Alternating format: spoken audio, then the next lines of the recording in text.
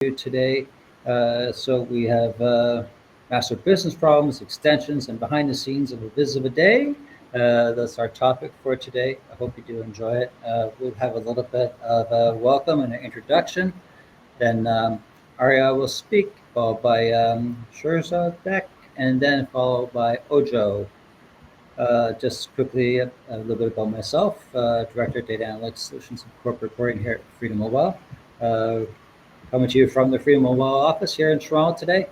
We have a large team of expert data professionals who are constantly looking to help everyone leverage data better and make better decisions. I've been to a few conferences, and I see quite a few people in the chat have been to the most recent one, TC24. I've been to three of them. And the history behind me and this group is that I joined the user group back in 2020. And my goal was really just wanting to give back to a community that was did a lot for me in the past and helped grow my career and better understand analytics and visual analytics, especially. I want to let you know that we are going to have another meeting, hopefully fairly soon. I like it to be in September, so we have 1 month off. But if you do want to speak at one of these events, send us an email either on our Slack channel or on LinkedIn, and we'll send you a submission form. We ask for these submission forms because it gives us a better idea of what you want to present and if that is something that aligns to what the group wants to hear. Also, if you do want to hear specific topics, you don't want to speak, also reach out to us on LinkedIn or Slack, and we'll definitely listen to those messages, and we'll try to arrange speakers to meet those needs. So I'm Roland Schlichting. I have Adrian Zanovi right beside me, who's coming to the Toronto office today. Just two basic goals that we have for this user group. One is I hope you can learn something today, and better yet, we hope that you can use what you learned today. So, really, that's the motto and the agenda of this group always. Learn something that's new, maybe get inspired by a dashboard or a presenter's content. Then, if you have an opportunity, ask some questions during the session. We hope that with this information, you'll be armed to take on your next task, perhaps update an existing dashboard that you leverage, or develop something brand new. That's really the goals of what we have.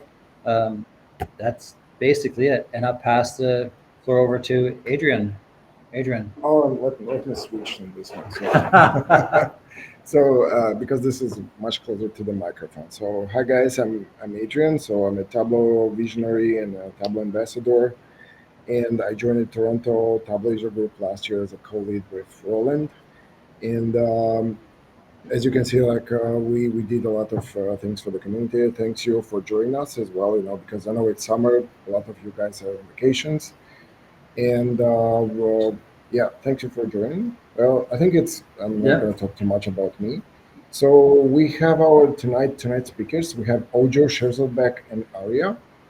I'm calling these guys as a kind of like hidden gem, I would say, because these guys are having like tons of experience, but they're not really showing off. Like people don't really know them. So we just want to make sure that people get to know them and inspire them to do more for the community and for the public sector, like on the social media and so on.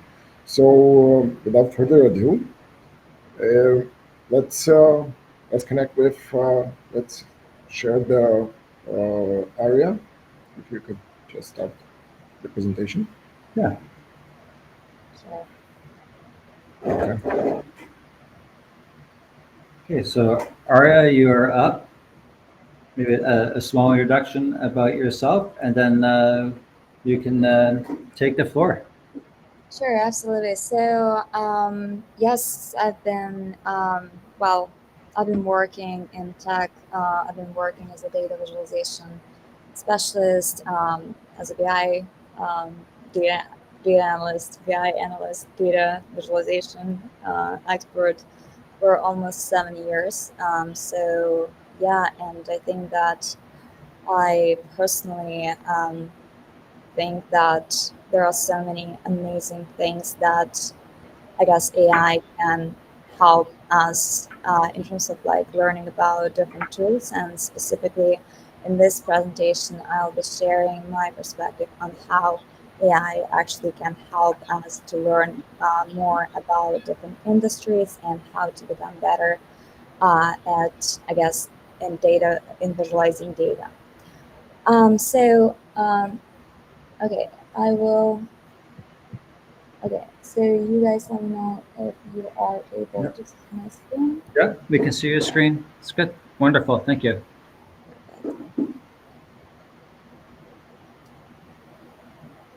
Okay, so in this presentation, I'll share my perspective on how to become a self-taught, expert-level data visualization consultant. I'll showcase how through developing and solving real-world business use cases, you can actually obtain an analytical mindset and take your career to the next level. Also, I guess another very important thing is that I'm not, in this presentation, I'm not promoting or incentivizing anyone to leave their current roles and pursue careers as independent consultants.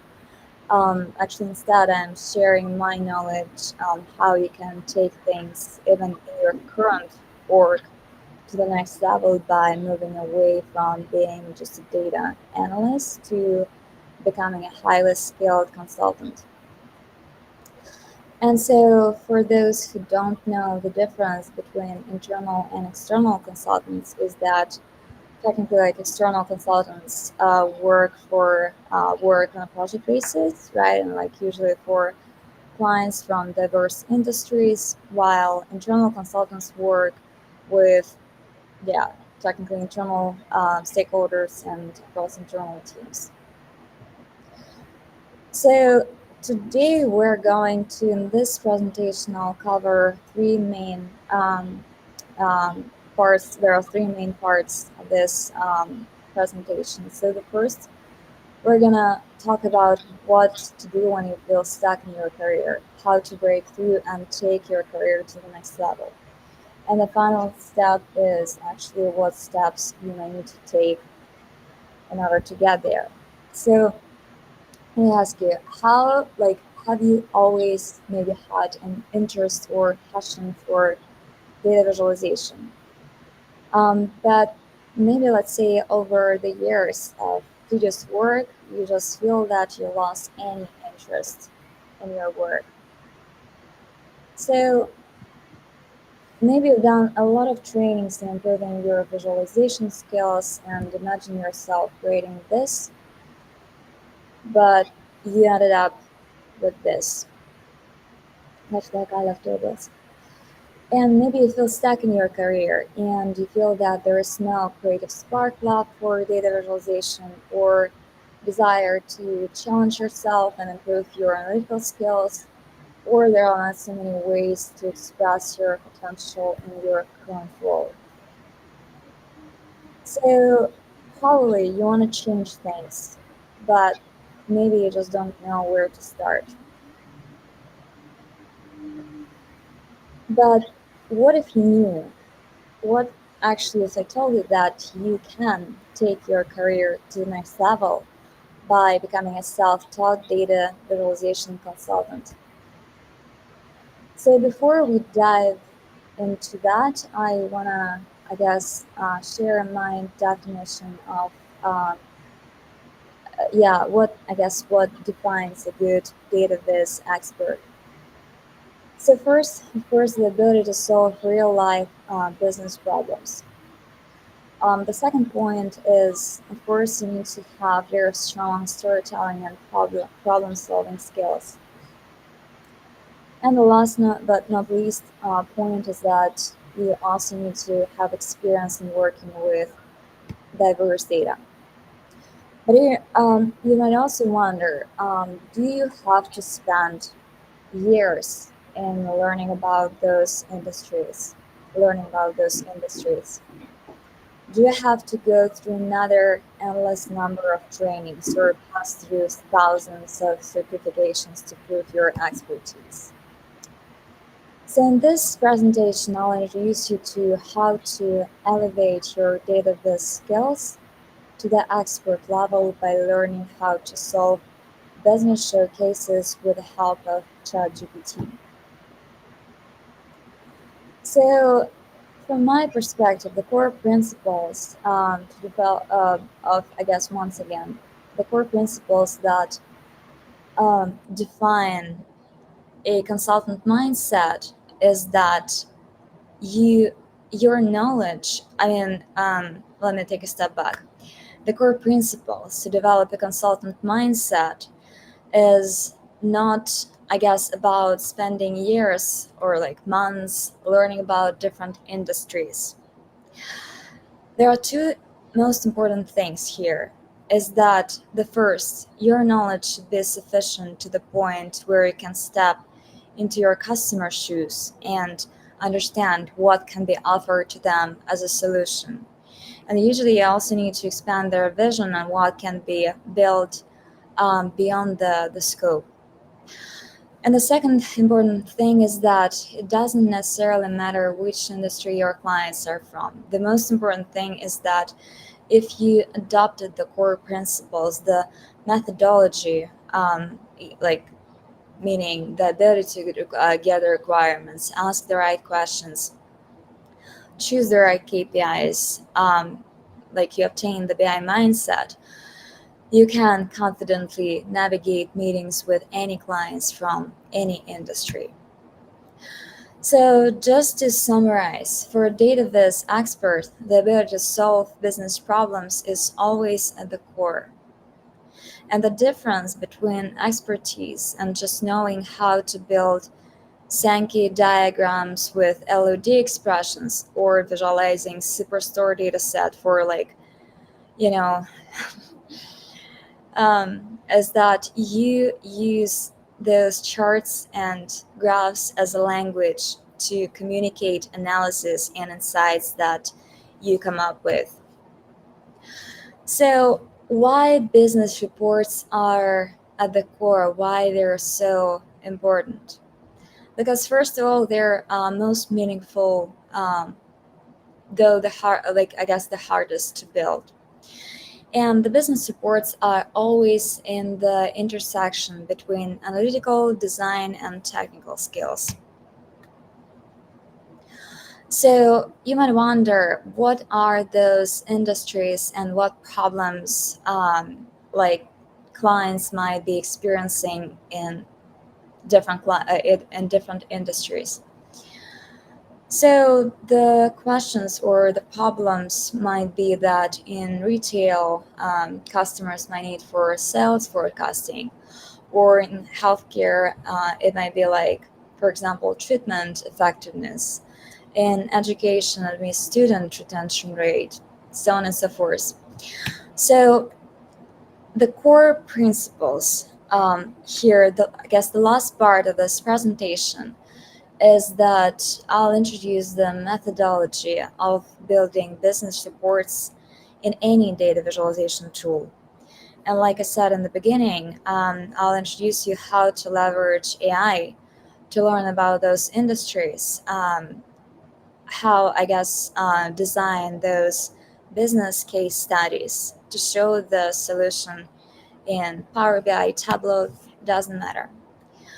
So there are three main parts to this process, to this methodology.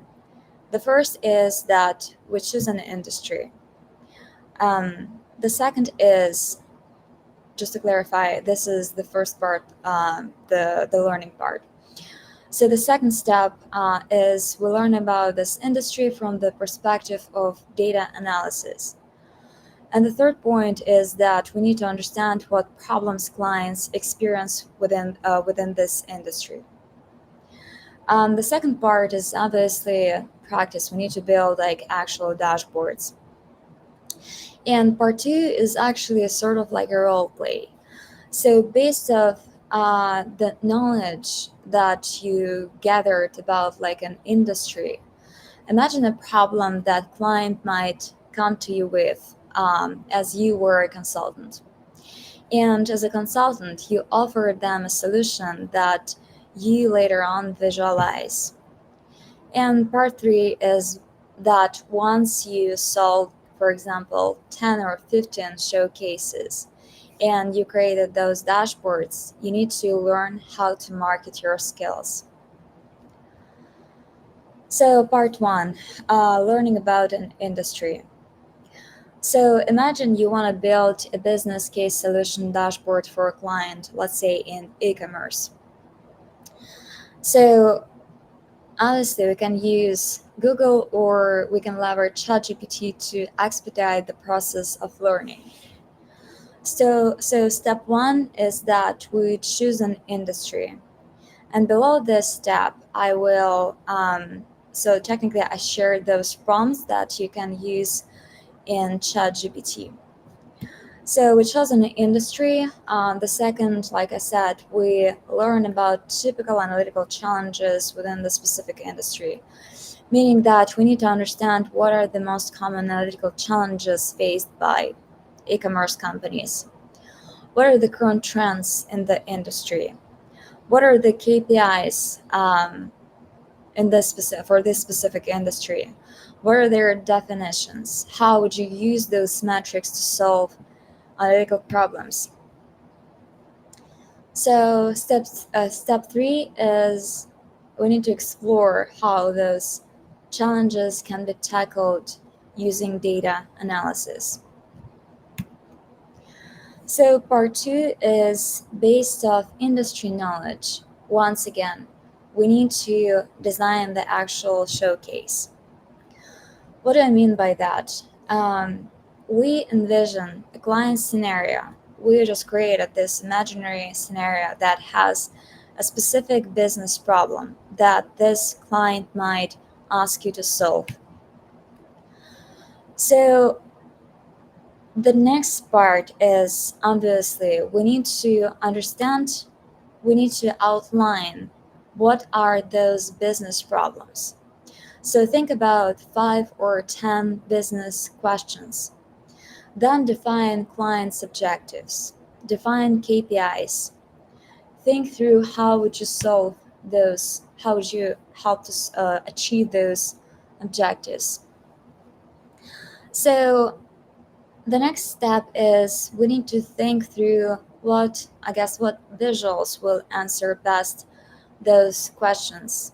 What are the best charts to choose for a specific business problem? And the actual part is building a dashboard. So let's say you came up with the core questions to build your report around. Again, we need to create a logical flow of questions. I usually use the top-bottom approach to tell a story based on the problems a client is asking to solve. So the second part is the next step is obviously we need to build a data set. So we need to create a data set that will include all the KPIs that will answer all of the questions that we came up with. And this is very important, right? And obviously here you can, like, instead of creating code in Python or looking for the right data set on the internet, you can always ask ChatGPT to help you with that. And there are also I listed a few open data sources that you can use as well. So next step, we need to create a prototype. We need to create a mock-up, right? To build an actual dashboard. The core, and again, the most important thing here, there are a lot of important things here, but this is, I just really want to emphasize that these questions will help you to upgrade your skills to the expert level. Because if you keep asking those questions, how do you interpret charts and numbers? What insights and recommendations can you come up with based off what you see? What trends or patterns can you identify? Why is this meaningful? What opportunities these insights reveal? So technically, once you start constantly like asking those questions, you will train your I guess you will train yourself to, from just moving away from, throwing like having a habit of throwing a bunch of visuals on a dashboard. You will think through which charts you will use exactly to answer a specific question. How would you once again like interpret those charts? And that's how you develop this methodology, this thinking, this consultant mindset. And so another thing that I want to mention is that nobody will hire ChatGPT. People will hire you for your ability to see and solve business problems at the core, meaning that, of course, we can use AI to answer all of the questions to help us with all of the steps that I listed before, that I shared with you before. But the thing is that the core idea of this exercise is to show how you can, through going through all of those steps, I guess, take your analytical skills to the next level.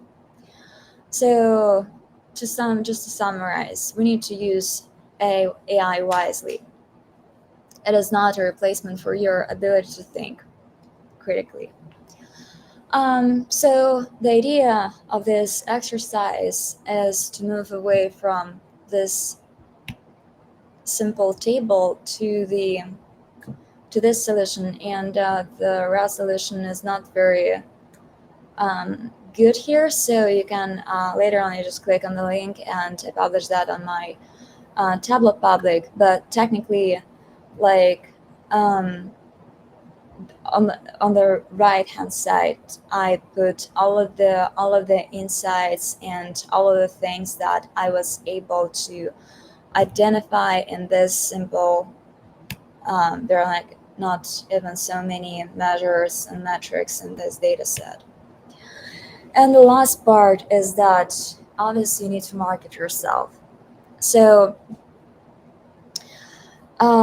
obviously that it doesn't necessarily matter how many years you've been working with those data visualization tools. I think that unless you understand how to promote your work, share your work, for example, with on LinkedIn or Tableau community, doesn't matter. All I'm just saying that it is very important to market yourself, because that will allow you to have a tangible proof that you are a great specialist. And I also, I guess I was involved in a lot of, in the hiring process across a lot of companies that I used to work for. And one thing that I've noticed is that a lot of professionals have a lot of certifications, and they've done like a lot of trainings. But at the same time, not so many people have really good Tableau Public profiles. And I think that for me, as a person, as a hiring person, for me, I think having looking at seeing that this person has a strong Tableau Public profile, this is probably the most important tangible proof that I will hire a great specialist. So don't underestimate the importance of having a good public portfolio. So another thing is that your public profile should definitely include first, once again, the way you understand the core problems, right? It needs your profile needs to show how you are able to find different insights and find like the optimal solution to different business problems. The second, of course, your profile needs to show the way you analyze data. And finally, the way you visualize data. So, right, so here I shared my public profile. Once again, I don't know what happened with the resolution of those images, but so where you can, I guess, get inspiration to build those business dashboards or any other dashboards, obviously public profile. So also I think that like on the first page of I'm not sure I will share the link, but I think that on Tableau Public there are also like different sections where like you can also, there's this business dashboards section where you can also get a lot of ideas on what can be built in Tableau. So the core message of this presentation is to show you how through developing and solving real-world business use cases, you can develop a consultant mindset without investing years into gaining experience. And this exercise applies to anyone, regardless of like whether you're an internal or external consultant. So you can definitely do more with Tableau. Just give it a try. So yes, that's about it. Thanks everyone. I will stop sharing. Thank you so much, Aria. That was really nice. I'd like to open up the floor to some questions. Does anyone have any questions? I just want to answer the one question I saw in the chat. It's about recording, about sharing. We will be sharing the recording, and obviously we'll definitely share the presentation that Aria just shared. That was gold. Thank you so much. So does anyone have any questions? They can go into the chat. I think it's a good spot for it, or you could raise your hand. That's a good spot as well, and then we'll turn on your microphone.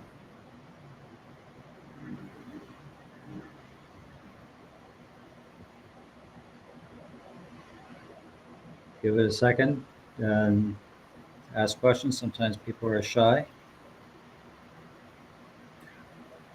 I'll start a question though. Aria, how long did it take you to build that public profile? That is amazing. I know I was looking at the other day. Really good work there. How long does it take for someone to build such a profile? Yeah, sure. So, so I think that I've been working on building the profile. I've been actively, I guess, building my profile for a few, maybe for actually one and a half years, from 2019 to 2020. And then I took a short career break, and now I'm, I guess I started, like I came up with this methodology, and to be honest, like I keep building those dashboards to publish that on my Tableau Public profile, because I think that they're like absolutely awesome. This is like a really great way to improve your analytical skills and showcase that you can actually solve business problems from Tableau, because I think a lot of people use Tableau as a way, like, you know, in a way to express their creative potential, and this is absolutely amazing. But my personal perspective, or yeah, I'm like, I think when it comes to Tableau, I'm very pragmatic. So like how with the like different charts and whatever. Sorry, I forgot the word. I can't help. Sorry, my so bugged. Yeah, but you got the idea, right? Yeah. I see that. Is that a question there from Daniel on the screen? Okay, so I'll read the question. Danielle, do you want to ask the question, or do turn your microphone on, or would you like it just here in the chat? I will turn your microphone on now. Oh, no, your mic is broken. Okay, so from an internal consultant perspective, how do you help end users moving away from the tables. I actually have the same problem too. A lot of people just want to replicate Excel. Whatever they saw in Excel, they think that's the solution. But so how do you help people overcome moving away from the tables? Because Danielle says that she can make a lot of great graphs, but people tend just to return to what they know. So what are your comments there? This is really interesting because first thing first, I can tell that probably I've experienced this problem across like all the companies I worked for. Like seriously, it's a very common problem, and I think that my approach is always, if your stakeholders are very much set on like a specific view they want to see the data, I'll probably like deliver what they're asking for, but at the same time I will always build I guess my I will share my take on their request, right? So like I will build a separate dashboard sharing that, hey guys, this is your table. Probably this is like, you have an amazing ability to, you know, understand data, just by looking at the table, you are able to see like different patterns, trends, outliers. I personally don't have this ability. So I usually use Tableau to like understand, what is the story behind this data set, right? So yeah, I think that my suggestion or my solution will be always to show your stakeholders what is possible in Tableau, because they might just don't know what is possible. Maybe they're just so get used to this tab looking dashboards, and this is fine. You are there for them to help and to expand their vision, right? Yeah, I think if you're a consultant and you do exactly what someone asks you, you're maybe not doing the right job. I mean, you really do need to ask a lot of probing questions. Like you mentioned, you really need to learn the industry, and you really need to understand the business, and try to narrow down, right, the what the requirements really are. Like I know, like you showing me that those charts earlier on in your presentation, boy, that those just bring back memories of me dealing with exactly the same thing. So yeah, good answer there. And Danielle, thank you for asking that question. Adrian, do you have any other questions before we go I to the could next have on one? your side. Oh, you can stay on the camera. So, uh, I know like your portfolio is really good. So I'm just really hoping that you're gonna continue putting more and more dashboards.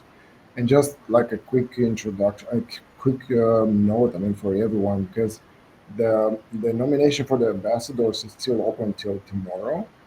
So if you have such a good profile like Aria or other people, so you can always like nominate anyone and start working on your profile. And yeah, it's a good like material for an ambassador. So that's a good stuff. Yeah. So are we gonna wait from you like for more dashboards on Tableau Public or? Yeah, sure. I think that the first few are sort of like enough to showcase the result, I guess, the result that this exercise, this methodology Mhm. gives you in the end. So yeah, but definitely a lot of a lot of other dashboards to come. That's awesome. And people can reach out to you on Tableau Public and comment, and you'll give them the feedback and responses as well, I imagine. Oh, that might be really awesome. Thank you. Hmm. Right. That's great. So thank you for your time, Aria. Hope you stick around in case there's some more questions after the next presenters. So, Adrian, do you want to introduce the next presenter, please? Oh yeah, this is again like another hidden gem, I would say. Um, uh, so it's Shazubek, Yes. yeah, yeah. So because I met him personally, we had a lot of like introduction videos and so on. So but what I've seen is that he's having like huge experience building Tableau dashboards for the business as a consultant, but also I was trying to encourage him to do as much as possible in the Tableau Public area as well, and he's having like amazing design skills and business skills, and he's creating this like huge complex dashboards on Tableau Public. And I don't know, like Shazabek, you can take over and introduce yourself and start doing your presentation. Thank you. Thanks so much, Adrian. And thanks to Aria for the great presentation. Really enjoyed. Learned a couple of new things. All right, so I'll just go ahead and start mine. Sharing the screen.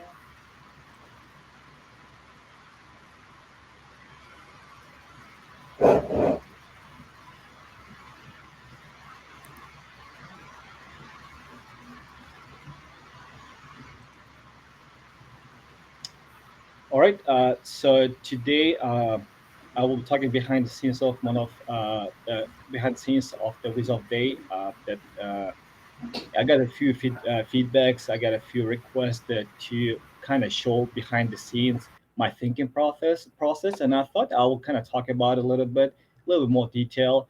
I'm not really into like a blogging. I gotta be honest with you. It takes time, to put together. I thought maybe it's just better if I go ahead and do the presentation. So it's gonna be just more detailed. All right. So my name is Shirzad Beg. So I've been using Tableau since 2016.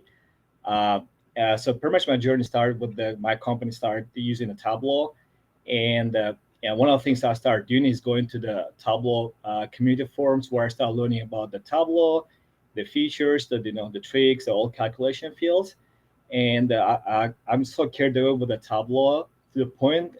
First, I started learning, then I started contributing to the community, and humbly, I was one of the top contributors in the Tableau community forum. Then I was participating, here and there with that time we used to have Andy Kriebel and Eva. They used to run the Maker Monday, and I participated first for several times. Then I kind of, due to personal, family reasons, I kind of took a 5 year break, and I in last year. I just had a chance to kind of participate in the IRMVs, and I decided probably it's time to go back and kind of, build my portfolio and start, connecting with the community. And since that, I've been participating in the Make Our Monday, back to Visual Basic and other community challenges. So far, it's a very short period of time. I was able, some of my the visualization were featured. Just in the recently, one of my visuals, which was part of the back to Visual Basic, was the Visual of Day. So I'm very proud of it.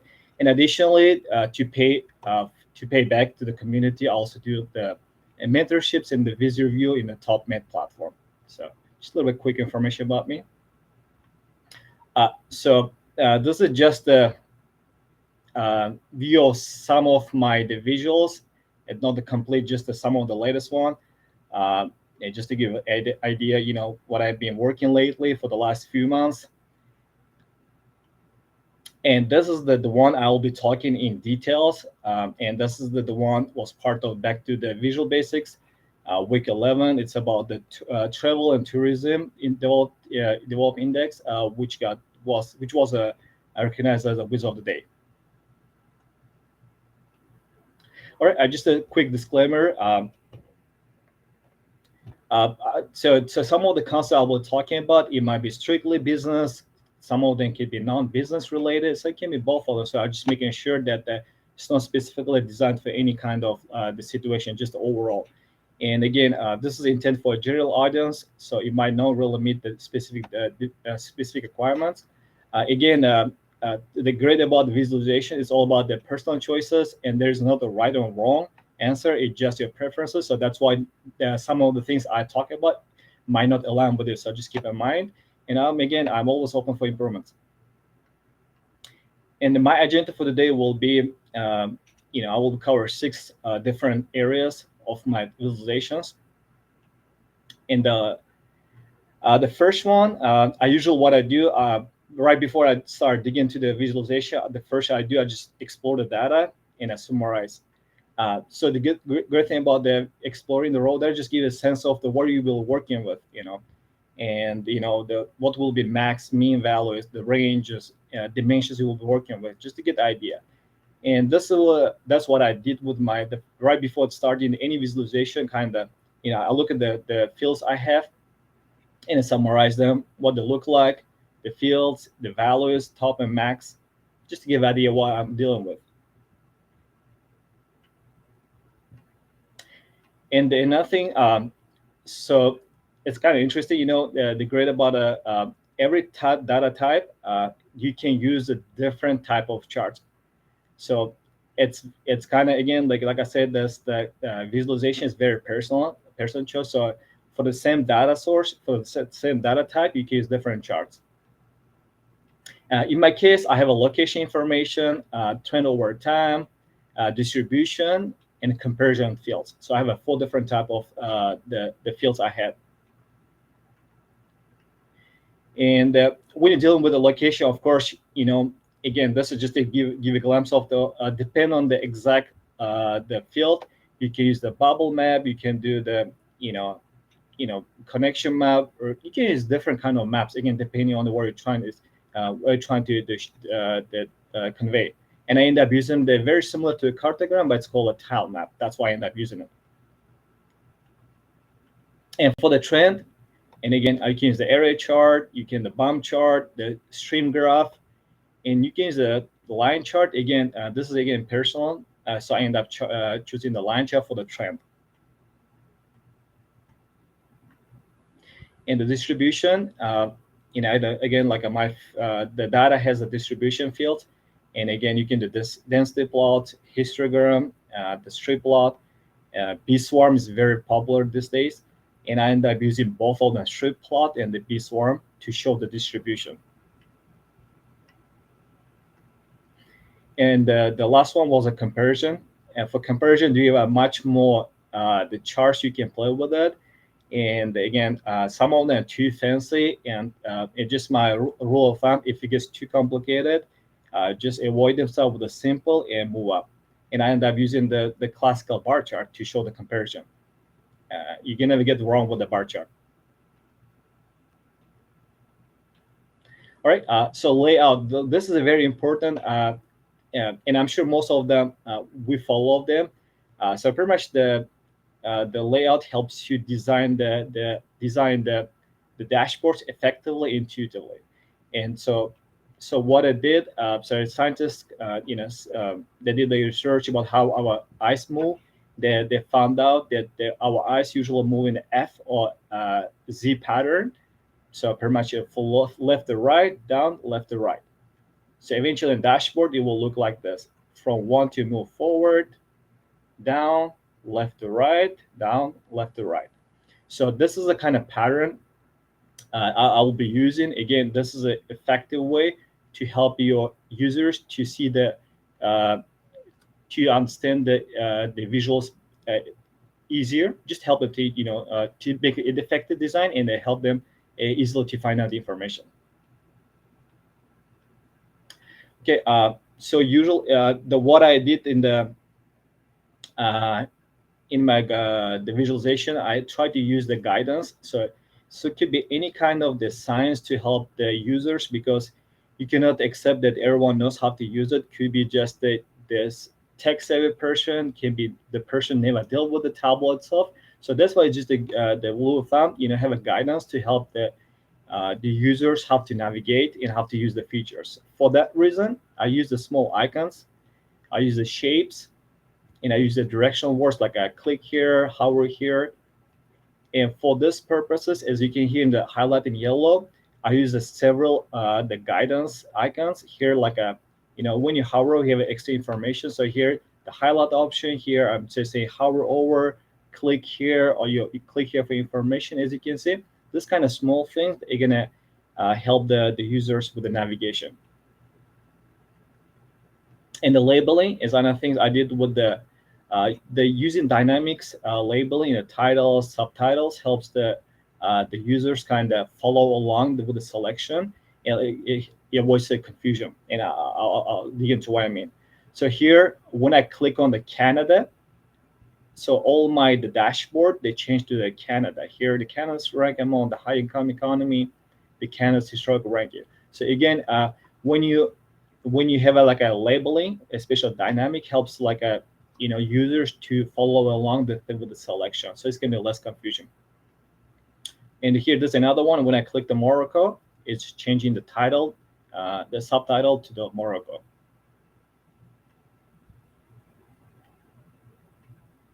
Tooltips, it's just any information you think that will provide the extra information, but you don't want to put on the dashboard. It's the best way is to keep them in the tooltips, and that's exactly what I did.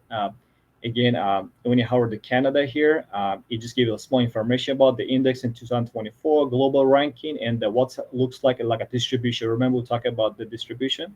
That's where it's showing the mean, max, and where the Canada located. So just any information you think of it just keep them in the tooltips, so it gives you extra information. The highlighter is another great tool. I did in my visualization. So it pretty much helps you to find the related data among the many different data points. And now, so right now, let's see if we can, if any of us can find a Poland. So again, first of all, this is the tile map. It's not the real map. And see if you can find where the Poland is. I'm not the best in geography, and I can tell without any extra help, I probably can find it, let alone in like a real map. I know somewhere in the Europe area, but I don't know exactly where in the. So that's where the highlighter option comes in. And when you click on click here, it will have like highlight option. And when I type in the Poland, it will show me where the Poland's located. So when you think you have a lot of information, it just better to have the highlight option to help the user to find the information, because you can assume that everyone knows the geography. Even the states, like US states, and same thing with the Canada, not everyone can be aware of like the location. So having the highlight option will be very handy.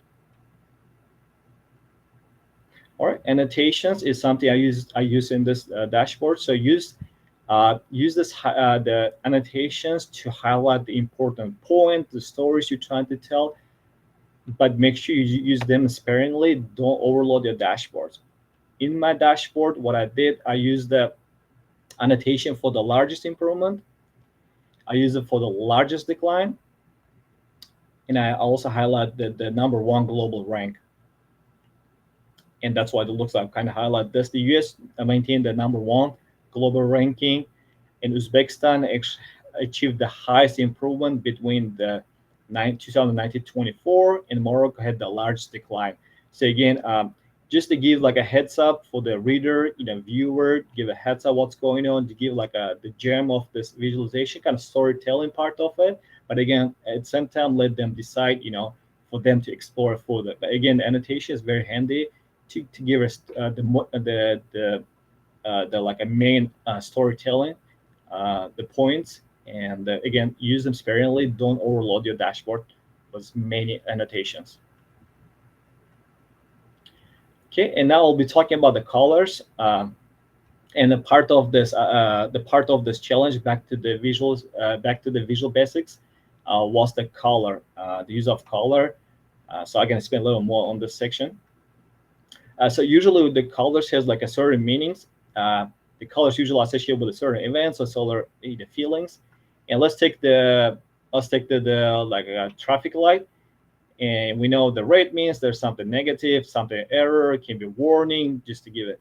Okay, yellow says usually like hey, pay attention, what's going on, like a cautious, be cautious. And the green one is usually be a positive, all this is good to go. And now it's going to be a little bit like interactive here. I want to kind of involve you guys. I've been talking too long, I guess. So I'm going to do like a little bit. If you guys want, you can go ahead and text. I'll kind of watch the text in here, the message in here. So here I have a map. The map is, shows like the temperature, like global temperature, the equator, usually the middle, usually hot. Anything like a further down to north or south, it's cooler. So that's why here in the darker, there is like this is brighter here because the temperature is higher. The north and south is a little bit, darker because of cooler. So now, can you tell me in the text message, what does this color mean here? And I'll be watching here. Feel free to message it. And again, there's nothing right or wrong. You just want to see what you guys think.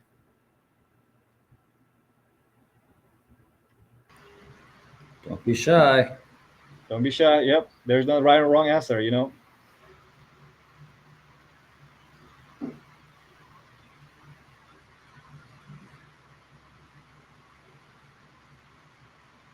You getting your answers? We have a few the worms. Norbert says the worms. Green shows land and greenery, cooler. Actually, you're right. The forest. Well, I mean, as you can see, there's the color of the ocean is also green too. Matter of fact, this is another thing I want to kind of point out. This was kind of part of the challenge. This is it's confusing. Honestly, it's kind of hard to tell what it is. It could be anything. So it's important. Again, even for me, it's confusing. It could be anything, honestly. So let me go to the second one. So what about this? What does it mean this on this map? What's wrong with this map, or what's going on with this map? Yep, Kavalji, she's in the right direction, but yep, but what's wrong with that? I know, like there's temperature, right? It's just like the opposite. It's like the opposite of the temperatures, right? You expect the north and the south to be cold, right? Yep. That's exactly what it is. So, again, you see, like we are the way we associate. Red means the hot, blue one is cold. But again, here the charts will kind of reverse it.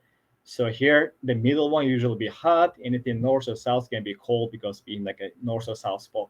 So, and again, this I just want to point out that how the colors can make an impact in our understanding, and having the confusing, or like like I say in this chart on the top right one, it's really confusing. It could be anything. And here on the left bottom, it was like a reverse. So having the right color in our dashboard, it makes an important message. And having like a reverse on confusing colors, it will confusion among the viewers. I just want to point out. So I guess it's good there. Making sure I don't make it too boring. Yeah, this is not boring. Keep going. This is good. All right, good. Please. All right. The choice. So again, like I said, the color should be intuitive, should be easy to understand without making too much, compromise. Like I said, the red, for the warning, the yellow for the red something bad, the yellow for the warning, green for good to go. So so now for this part, there was 4 different. So I end up using the 4 different income economies.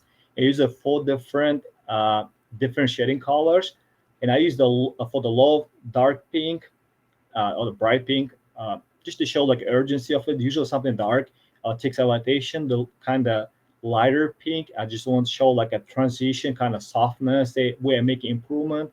And use like a neutral colors, like a teal. It was just some stability, making progress. And the dark one, which shows like we're doing really good. So again, the colors and the density, there has a meaning, like having the one color, having the softer, like a darker colors, they also mean it. So I want to kind of convey this message with the coloring. And again, here I use the sequential color. For the low, I use a dark pink, bright pink, and for the medium, lower to middle, I use the softer, like a light pink, again to convey the message. And again, by having the distinct colors, the sequential colors, it helps like a user to interpret the data much easier and faster. I can skip this one for now. Consistency is something I've seen it against you based on one of my charts I show, like my portfolio. You probably seen some of them. And based on the Michael Armandez, I kind of usually leave feedback. I see people using inconsistent colors. And again, in the one chart, they use the one color. On the second one, they end up using the second color. I'm just making sure that my colors, they're consistent throughout the whole dashboard. Again, the first having a consistent colors helps the users to understand quickly and throughout the dashboard. And again, right now, I'm just making a sample here. So again, like there's income levels. There's 4 different income level countries. When I have like a light pink, it's lower middle. It's here. It's same color here, same color here, same color here, same color here, and same color here. Again, having the same color throughout dashboard, you stick with the one, and it can be throughout the same. It's again, it makes easy for the users to understand information better, and so less confusion and faster information. Yeah, faster information. So you get the information faster. Consumption. All right. All right. Another thing, you can use the color legends, and something I do very often. I use the color legends, and you can use the color text, or you can just use the shapes. Again, the Tableau, if you use the Tableau, the default, you can use the color legend shapes. It gives like this option, and there's nothing wrong with that. So what I did, I went with the more of like a minimal and a aesthetic form, where I use this kind of like customized, instead of like using the color, the standard the color legend.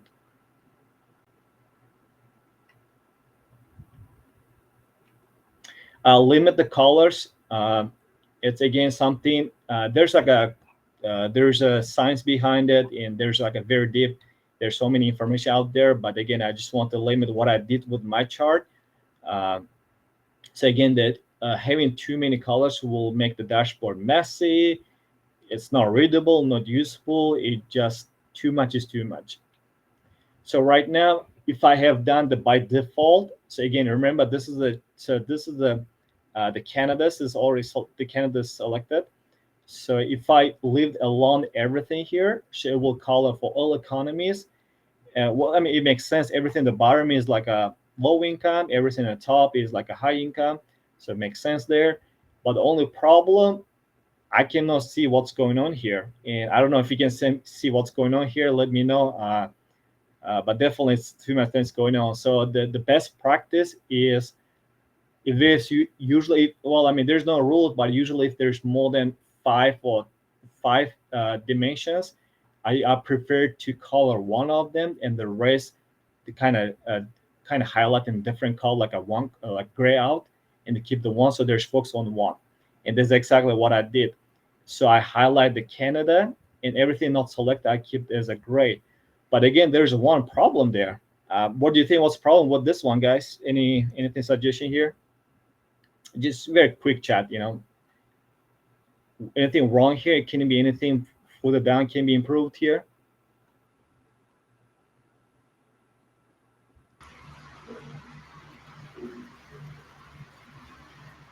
Hard to find the blue line. Someone's saying dark Yep. gray. Hard to see. Iris, do you Contrast. get the point? Contrast, make gray light. Awesome. The line is in the back. That's really true. There's a lot of good things. So Yeah. again, it was a good step, but it wasn't necessarily the best step. So like you said, there was actually 2 things I did. The first, I lowered the contrast of the gray one, and also increase the size for the selected one bigger compared to the unselected one. As you can see, there's a big difference between the first one, the second iteration, and the third one. And look at how much difference you can see it. Again, here I'm making sure the focus on the selected. So again, the rule of thumb, if you have too many dimensions, make sure just focus on one at a time and gray out the others. Make sure less visible, they're less pop up, and make sure that everything pops on the selected one.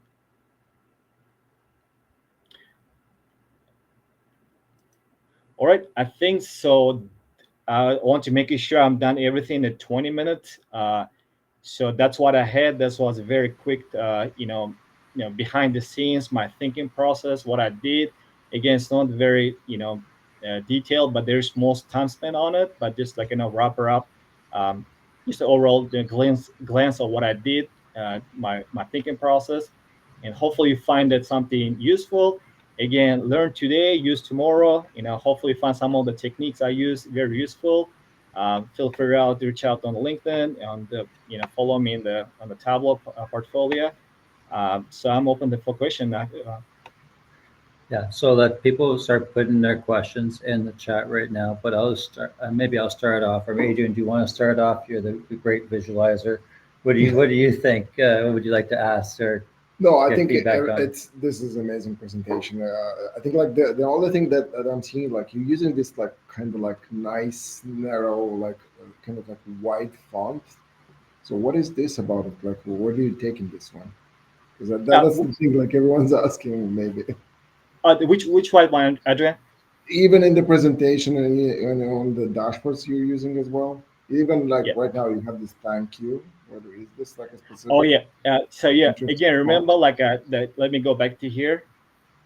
This was kind of popping here. The blue line is highlighted than others one. Again No, here. I mean the font. Even the word thank the you, he's fonts, saying the font. He wants to know the font. the text font. Okay, white's a white one. Yeah, white and whatever the other ones. Yeah, it's a white because just to show the contrast. Just the highlight no, the font, thank. not the color, the text. You have this like it's for example italic, not italic like Arial. Oh, it's a different font. Font face. Yes, right. Yeah. Yeah. So yeah, that's a very good question. So I use the besides a Tableau, I use a different fonts, and I can share the link to the fonts. The fonts also have like a meaning. One of my presentation, I'll talk about the fonts, and the kind of fonts also like some kind of special meaning, the influence, kind of emotions, and some of that I try to avoid like a standard Tableau. I use anything beyond the Tableau, like I use like a export the fonts, just give a little bit extra, like a more fun, more like a aesthetic look. So I hope that answered the question. Oh yeah. I'm not gonna ask why you have what you are against the Tableau font, but yeah, let's move on. Sorry for confusion. I thought you were talking about the color, but yeah. No worries. Yeah. And do we have any questions in the chat right now? Yeah, sure. Let me see if I can do like a. I'll be sharing right now on the in the link in the chat. So again, there's a lot of them here. It's called fontspace.com. Feel free. It's some of them commercial use, but most of them they're free to use. And again, depending on the topic, you can actually we can type in the topic you want, and the system try like a filter out the related one, like a Halloween theme or like a like a death. I'm just saying anything, it will kind of filter out. You can select one, free to use. Just make sure once you install it, close the Tableau and then reopen it. It will be there. And I see you have a question in the chat right now. I hope you can see it. It's asking if you used any of Viz extensions to create the Beehive chart. Yeah. So the this one done like a couple of like a month ago. I saw, I believe so. So it was like the one in May, end of the May. So the Viz extension wasn't available. So what I did, I went to the ladaviz.com, ladataviz.com. Something Tristan created one. I went there, upload the data, and I create the data from there and rebuild it on the dashboard. So it wasn't, but right now you can do this with using the Viz extension. But back in times, I have to create it separately, join to my main table, and then create the Viz. Nice.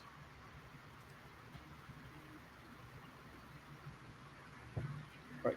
Okay. So, and I see there's a reply. if there's no more questions, I'll let the audio start. If any other questions.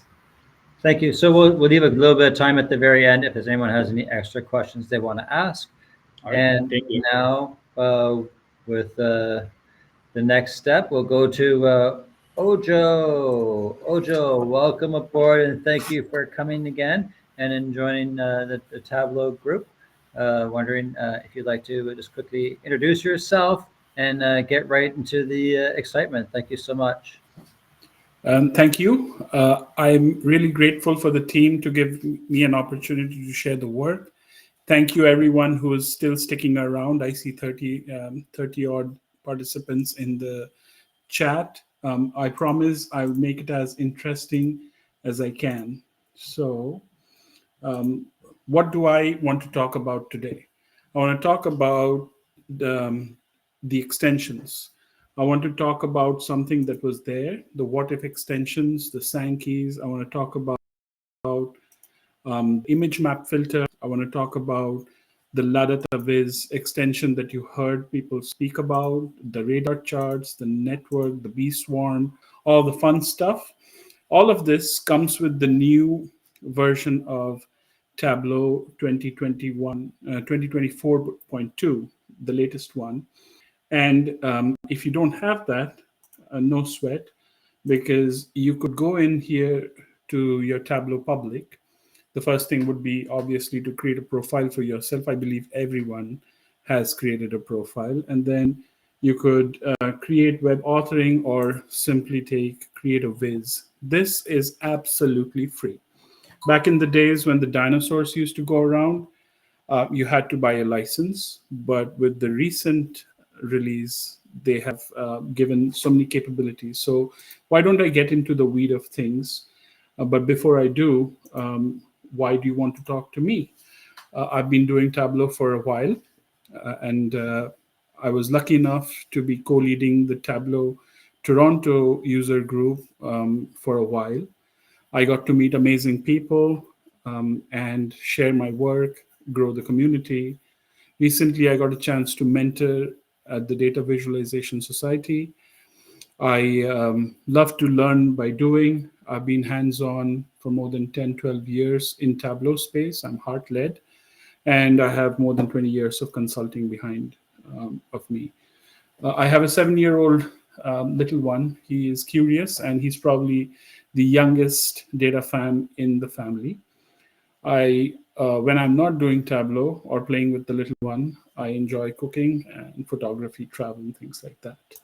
But today is not about me. Today is about you. This is something that anyone can build today. Can they publish it on public? Probably not. But what can you do in public?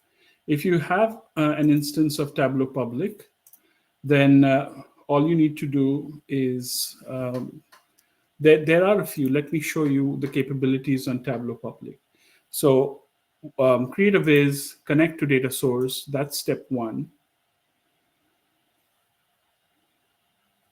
And if you did want to create some of the fancy, you definitely want to bring in the data source. I'm just bringing in order. I want to make this quick because I have a bunch of things to go through. Luckily, this session is getting recorded, so you can play it back at your own pace. Sankeys are the only extensions that have been enabled when it comes to what is native with Tableau. So build free and works with Tableau Public. That's just the Sankey. However, if you had purchased your Tableau extensions, and Ladata Viz I did because I enjoyed it so much, they will give you a TREX file, TREX file, which can be accessed using your local. So I have it all saved here. Tableau hands-on, TREX file. So I've placed all these TREX files. These are licensed files on my local, and I can log into it as and when I can. But unfortunately, I wouldn't be able to publish them on Tableau Public because see here, as soon as I click Tableau Public, what is available with Tableau Public? Unfortunately, only the Sankey, right? So what else can we do? There are a few other capabilities that can be done in Tableau Public, but we have to go to it a little differently. There is something called an extension over here. This is an extension element. And now you get to see a whole bunch of these extensions that were there for a while. Like I've used the quick what if filter, and I wish to show that to you. This can be done. The other extension that can be implemented is the image map filter. So I would go similar, drag this extension piece on here, and then select image map. All right. And I can add it to the dashboard. The fun part is it's well documented. So if you really went in, you're really curious, you could go in and learn about the use case. These are words, but at a very high level, I have an example, and I will get to it shortly, that if you had an image, you could select parts of that image, you could highlight that, and then that would work more likely, it would behave like an action filter. And by clicking on that image or that section of that image, you could filter on your data. And these are words, but let me explain what that is.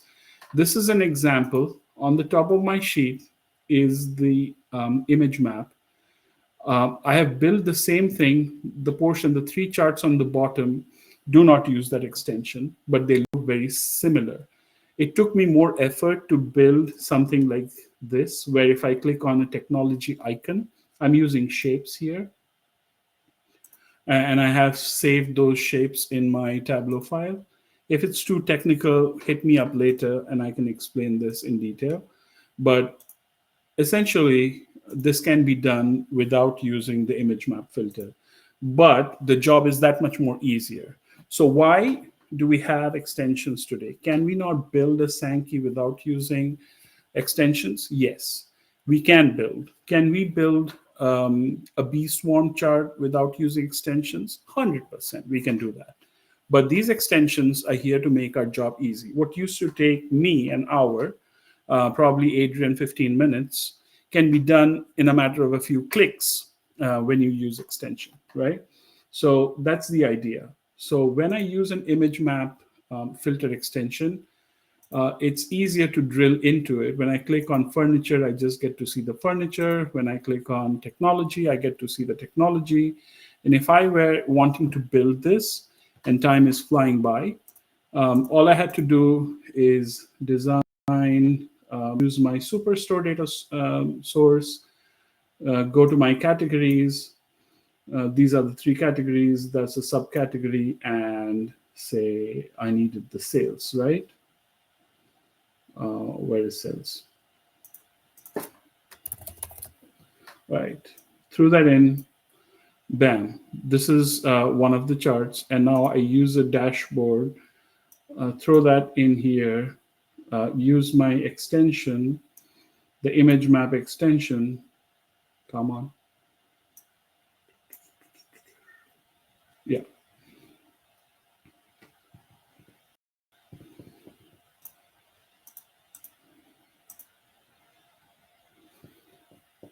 And they would ask me for, and this is how I would configure it. Oh, right. For this to work, I need some kind of a handle, sort of a filter on my category, right? And as soon as I do that, I can then configure my extension. I have to pick an image. So I'll select an image of the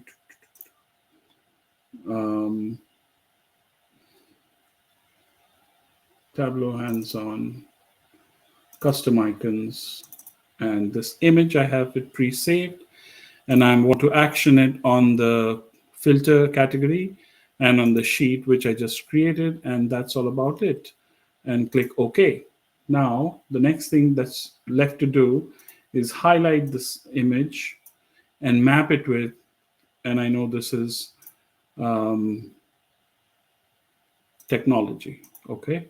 Same thing, different image. This is my office supplies, bam. And then this is furniture. I just highlight it, map it with furniture, done. And now on presentation mode, when I click on it, I just get to see, am I going too fast? Furniture, when I click on technology, I see technology. On office supplies, I see office supplies. And on furniture, I see. So that's, I didn't have to write any other action. I just had a picture and I drew that, and that's all that image filter has to offer. So that was quick. There is another option. This is the other extension that I've used very effectively. It's called the what if extension. Now, the chart on the bottom, like the previous one, doesn't use the extension. Can I get the job done? Yes. Can you get that job done? 100%. But if you use these extensions, you know the answer, you guessed it, it's going to be that much more easier. Having said that, let me explain how this works. So in this dashboard, this visualization, I have two of the measures, sales and another measure which is dependent on parameters, right? And I had to define, for each of these ship modes, I have to define a separate parameter so that I can interact with them. This is without using extension. I say my target metric is show it what if I had, say, X, give me 100% increase on the X. I can say, give me a 2 times or 200% increase on that. And you see same day is now, watch, the line will go increase. If I do 300, that is 3 times my sales. So this is dynamic in nature. I'm using parameter and parameter action to do this. It took me a lot more programming. I had to write calculations. But if I were to use, and you guessed it, the what if extension, and I can't repeat myself enough, this is one click away. So you design this this workbook, and then you bring in, let me show you. How can I do this quickly? All right, so what was it? Ship mode, right? All right, no worries. Call it region. Sales.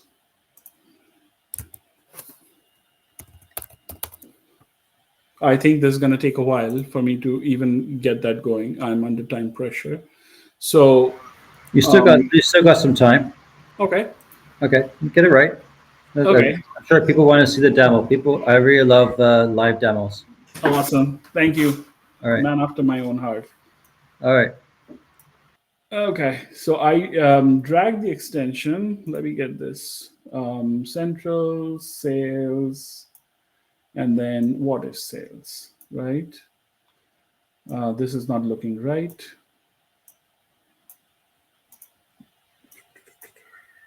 All right, now I can make this into a dual axis. No.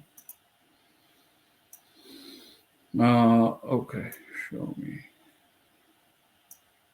Sales.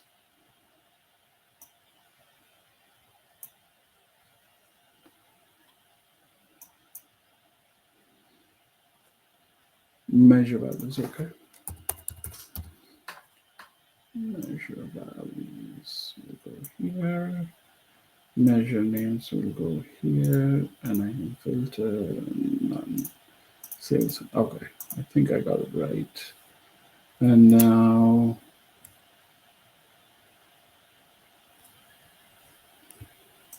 all right, measure names. Yeah, there it is. So measure values. So this is measure names, right? The demo cards are not with me today. All right, so I have my sales dollars and I have my what if sales dollars. Let's look at the formula of what if sales. Edit. I say, take my sales dollars and then multiply it with the calculated value of what if sales increase, where what if sales increase is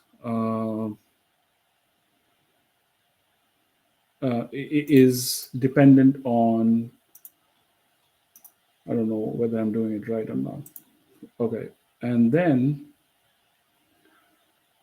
all I have to do is take this here, grab this here, and now drop my extension.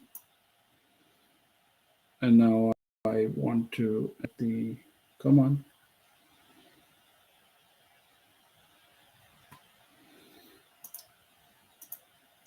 What if, yeah, add to the dashboard.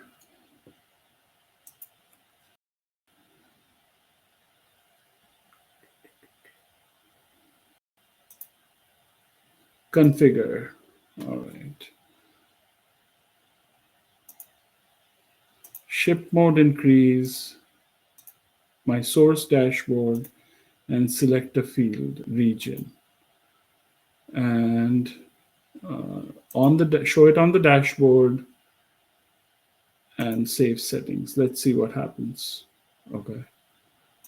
So what you see here is now if I say that give me 200% of central, that should show up. I don't know why it's on. 300% of this. No, the demagogues are not with me. Sometimes it happens. Sometimes it's just something, a little small thing. Right. But to get the idea of what I was trying to do is here. If I were to, and now this one's broken too.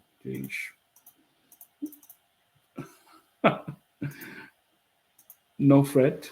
No fret at all. We call that c'est la vie. Yeah. So what's the magic of Tableau? Just undo, undo, undo, undo, undo. Yes. But the general idea, and let me explain, is yeah, we got it back.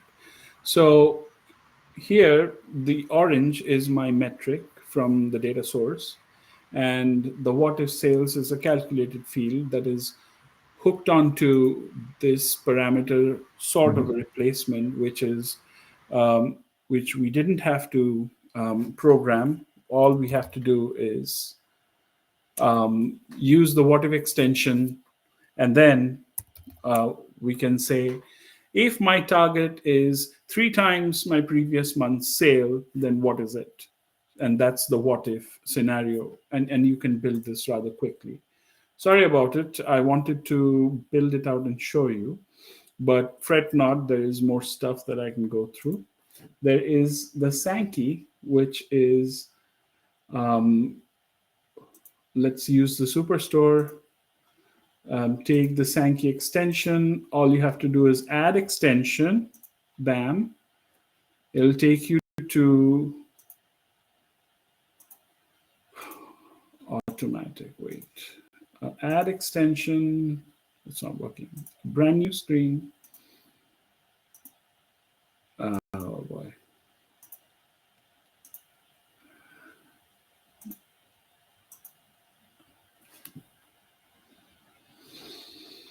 Yes, more like it. The only thing that works with Tableau Public, the Sankey, so hard to do before, I never did it, maybe once for bragging rights, and now so easy, I want to do it all the time. What do I have to do? I grab in my region, drop it on the level, and then I probably grab in the ship mode, something that is related. And then to make these relevant by sales, I grab my sales and I drop it on the link. So what is it trying to say? That my West region is getting split into these 4 types of mode, like so. And the width of, and you know how a Sankey works, but if you didn't, the width of each of these lines is how much sales the West region is generating, and the ship mode of this is broken down by what. So if you wanted to expand this to the next level, so we have a category, let's add it to the level, and now you have a 3-level Sankey, right? So expand the idea. Standard class delivery is the biggest chunk of the dollar value. The same day delivery, think about Amazon or any Instacart or any other piece. the same day delivery is the smallest slice, and it's broken down by each three categories like so. Did you see how easy this was to bring? I'm just floored with it. That's a Sankey for you.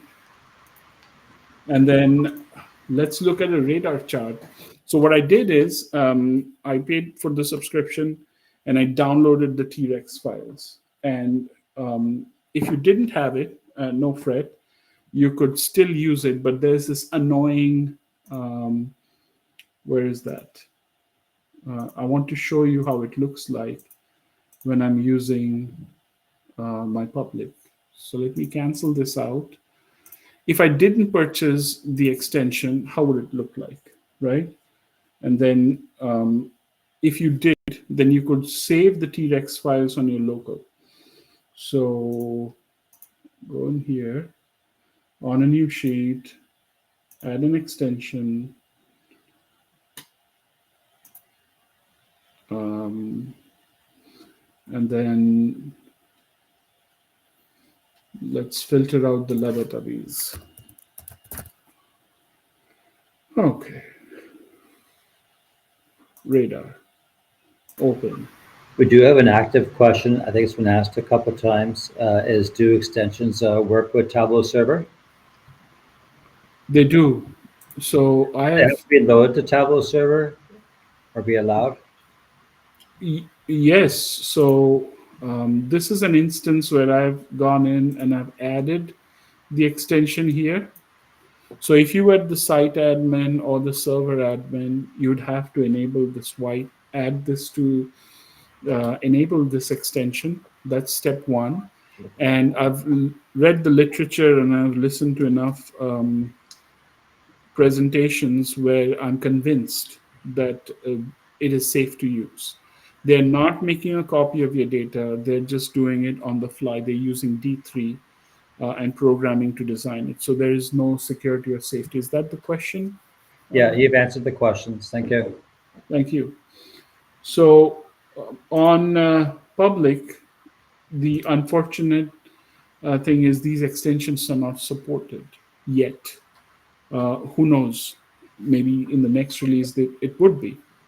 But if you didn't have a licensed version, there would be, you couldn't format it, right? Now, I know how hard a radial chart, radar chart is to build, right?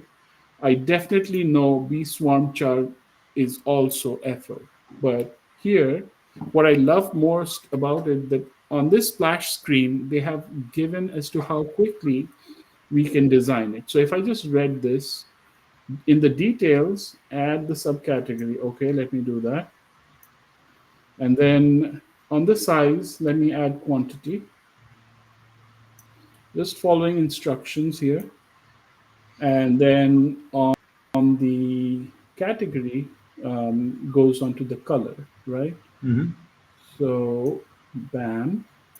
And now to spread this out on the axis, I could take any of the measures. This could be profit. Let's take sales for all good reasons. And there you are. Oh, Done.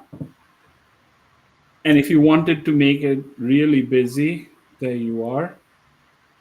And you could format it on the license, or else just have to live with this bar over here and all these things, but you get the idea, right?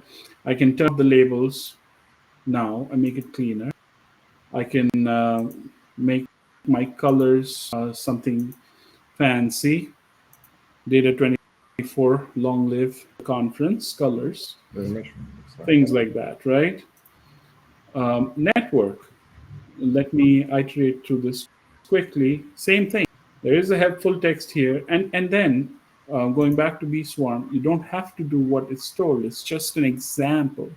What this is showing is, what it's trying to say is my furniture subcategory chairs has the high sales dollars, right? That's all it's trying to say. And the size of the bubble, so this bubble over here is the quantity. It looks like the biggest bubble. That's your paper subcategory manufacturer Xerox. That's what it's trying to say, right? So it's fairly easy to read the chart once you get the hang of it. And network, something very useful. It looks like fireworks to me, but let me give you an example. If I were to drop my region over here and my state province into target, and then I could size it by my profit, right? There you are. If you wanted to take it up one more notch, nope, I can't do it. I have to put the city in the target. And all these cities that you see have arrows going to both east and central. That's because we don't have the state. Some of the cities repeat themselves. So Wheeling is one of them in this example, Columbus. The cleaner way to do this would be probably to concatenate, create a combined field, right? And then drop it to my target. What happened? There you are. Drop this on the target. Doesn't work. One more time. Nope. Demagogues are not working with me. That's okay. So when we were wondering maybe if there's as a package workbook, that would be something that you would be able to share. What do you think, Adrian? Would that be something that you think would be helpful? Is this for built people? on some kind of like superstore data, or Pardon me? the workbook you're working with? So it's like a built on superstore data. So can you share this with the audience? Yes, I can package this and send it out. I have to try it because I won't be able to publish these newer ones. Yeah. You can send the package, and I can send the Google link to everyone. So yeah, so they could. 100%. Let me try that out. Yeah, Nice. but I know we are at time, and I need to. So that's why I'm asking, because people, they would like to stay and test it on their own. So do some experiments and so on. So yeah, definitely. Absolutely. This was amazing. Yeah, thank you so much. Thank you so much for sharing this and hanging around to be here at the end and do that for us. Scherzerbeck, good comment there. It was a good presentation, and there were good examples. And I know I appreciate it. I know a lot of people did, and we got some feedback during the session as well in DMs. I'm just wondering, does anyone have any immediate questions that they wanted to ask? So Ojo, I mean, we have your contact information on the Tableau site. We have it. Everyone knows your name now. You're pretty popular. I have a lot of followers, and but no, we're just looking to see if there's any questions from the community before we shut this down. The recording will be, folks, on our on the Tableau on our Tableau Bevy page, the same place where you went to sign up for this presentation will be the same place where the presentations are posted. So the video and audio will be there. And again, another one saying good presentation. So thank you, Ojo, for that. Appreciated. Well, so I think we're going to wrap it up now, unless there's any other questions for Scherzerbeck, perhaps. Thank you for putting that in there, your LinkedIn profile there. That's good. Yeah, sure. I appreciate that. Okay, so it's getting late. It's 7:38, and thanks everyone for attending. I see a few people dropped off just because I think the time is a little bit late. Maybe what we'll do is we'll look to doing something a little bit sooner or more frequently during lunch hours, or we've done that before, or maybe even perhaps closer to the end of workday. We'll see. I don't think anyone wants to do this in the mornings before workday, but we'll see where we can find a good time to get people coming through. And again, thanks everyone, Scherzerbeck and Ojo, for presenting. Adrian, my partner, thank you for doing this. Appreciate your time. Thank you for sharing your screen, because my laptop died. So. Yeah, there you are. So thanks everyone, and we'll see you at the next one. If you're interested, please reach out to us for if you'd like to speak. We always enjoy new presenters, and it saves us from having to talk for an hour and a half. So we'll call it a presentation. Thanks for having us. Really enjoyed it. Yeah, pleasure having you both. Thank you so much. Thank you so much, Thank you. guys. Have a good day. Okay, bye-bye, everyone. Have a good one. Bye.